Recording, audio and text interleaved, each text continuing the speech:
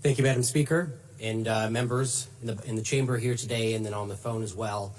We've been here several times before on resolutions similar to this, and we've heard pleas from people about businesses in their community hurting, about violation of constitutional rights, the right to peaceably assemble, the right to practice their religion, the right to be treated equally under the law.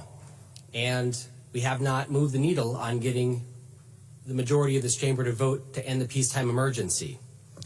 Members of our caucus, as well as members of the Old House caucus and the Senate Republican caucus, have joined in a lawsuit against the governor and filed this 2 weeks ago because this does violate the Constitution. The governor's peacetime emergency violates our Constitution and our laws of our state in 3 different ways.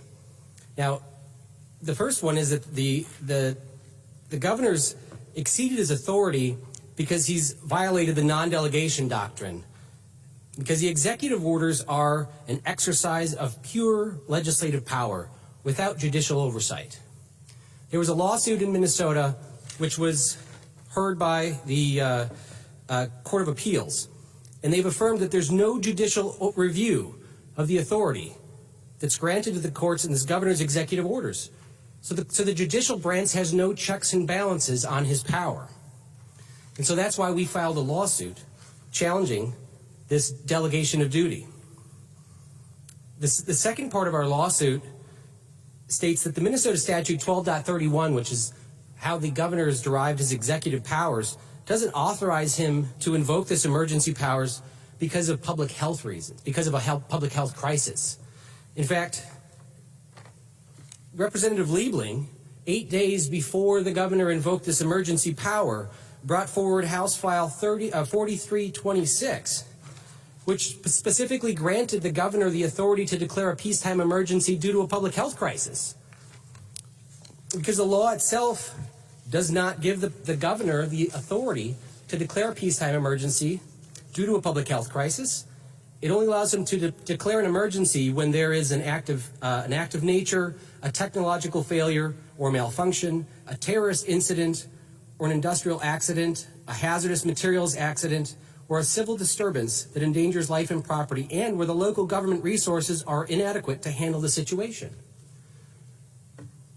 So although Republicans can stand together and say that the governor didn't have the authority to do this, Representative Liebling, the chair of the HHS Finance Committee, brought forward a bill to grant the governor the authority to declare a peacetime emergency due to a public health crisis, and that bill was never signed into law. In fact, it didn't even have a Senate companion.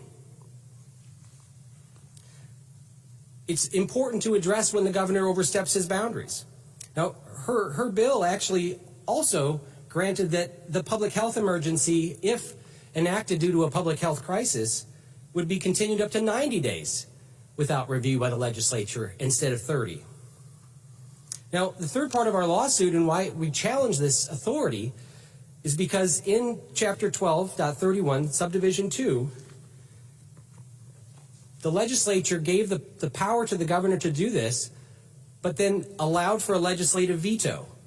So as Representative Hertas brought forward a bill to change this law so that the House and Senate must positively affirm it. In other words, we must approve it in each chamber. That's the proper way to do things. But the way this chapter of law was written is that the House and Senate both must veto this. And the Supreme Court of the United States has found that this legislative veto is unconstitutional.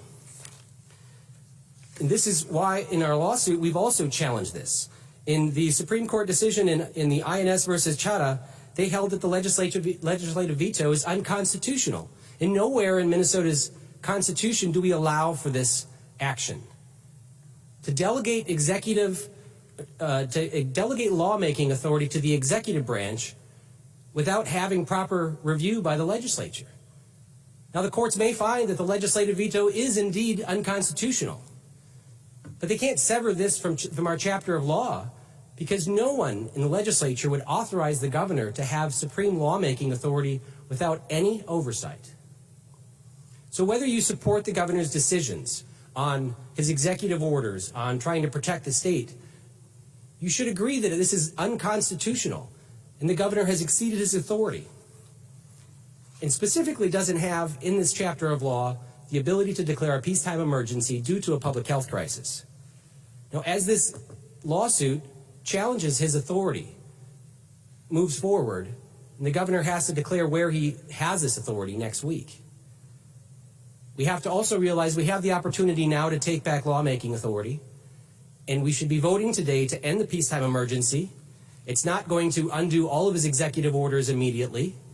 This resolution will go to the Senate, where they can hold on to it, and we can spend the next week writing legislation to enact into law appropriately the protections that we need to ensure Minnesotans are safe, and all of the impacts of it, in tax law and in real estate law.